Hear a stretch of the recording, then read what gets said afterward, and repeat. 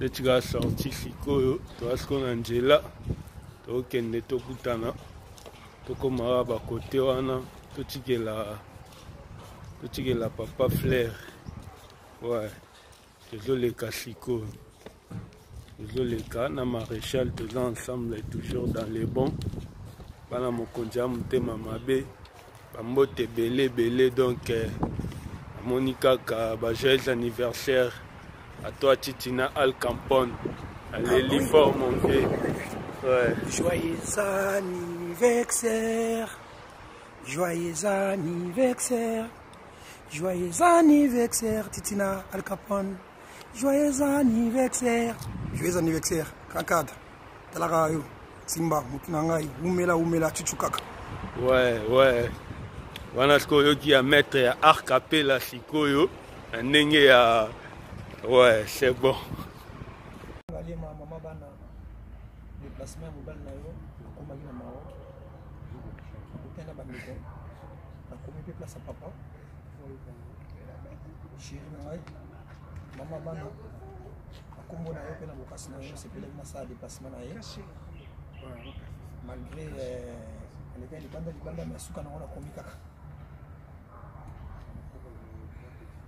Merci.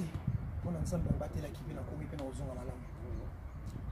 Il fallait rendre kaka hommage oyo na président oya biso na papa oya biso aza ko mériter ba respect oyo. Il fallait na sala ramwe. Merci encore ma chérie. Bisous.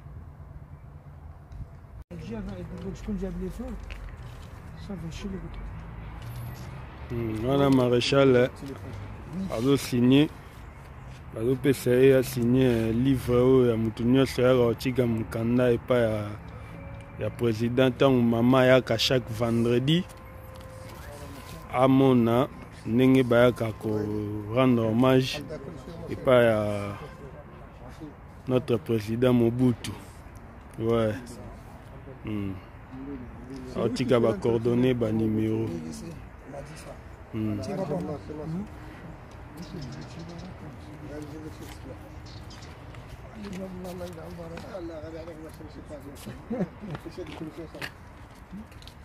Merci. Ouais. Oui, héros. Ouais. Olenga. Maître Peggy.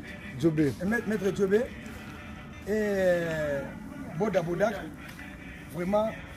Ouais, on le béate. Ban en France, bino nyoso. Ba olinga papa Mobutu. Biso yeyo. Hein? Merci. Il y a juste un article là, papa. Oh, il y a un fleur, Yangoui. Veuillez avoir ma photo. Après, hein, on va préciser pour moi. C'est notre président, pour moi aussi, c'est notre moi, papa. Vraiment... Et le vieux S, le vieux Mobutu, tu seras toujours gravé dans le cœur de Zaïrois, comme moi, comme Maréchal Nzoubé. Il a eu même la première personne qui a eu le nom de Maréchal Nzoubé. Au Zaïre, c'est Maréchal Nzoubé. Koiniama, autrement dit, le champion de Kinshasa depuis 86. Celui qui a tapé toutes les générations. Ouais. C'est Maître Nzoubé. Donc l'esprit est bien. Les lots malgré le sentiment. Mais Maréchal, qui est vraiment à l'époque, quand on dit Maréchal Nzoubé ou Maréchal Mobutu, voilà. Ou Maréchal Jibem Piana, voilà. C'est-à-dire c'est l'homme très fort. Voilà. Donc l'esprit bien, vos on esprit bien. Donc on a pas Mobutu, nous sommes master nangai.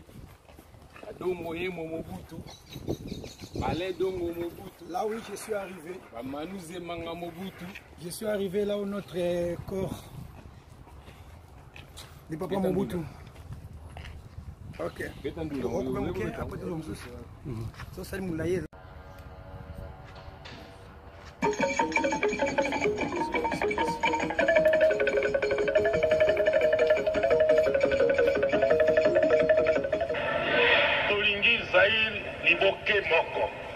Lisanga moko. Tata bo. Mama bo. Ekolo bo. Parti bo. Okonzi bo. Mobutu. Oeza un souvenir moi makasi pona biso moni yango wana. Yango moni na lekaki a pona rendre Mobutu Sese Seko Kukumwendu, le grand maréchal d'Isaïe, hommage. Donc, nous avons un commentaire pour nous bander chaque fois.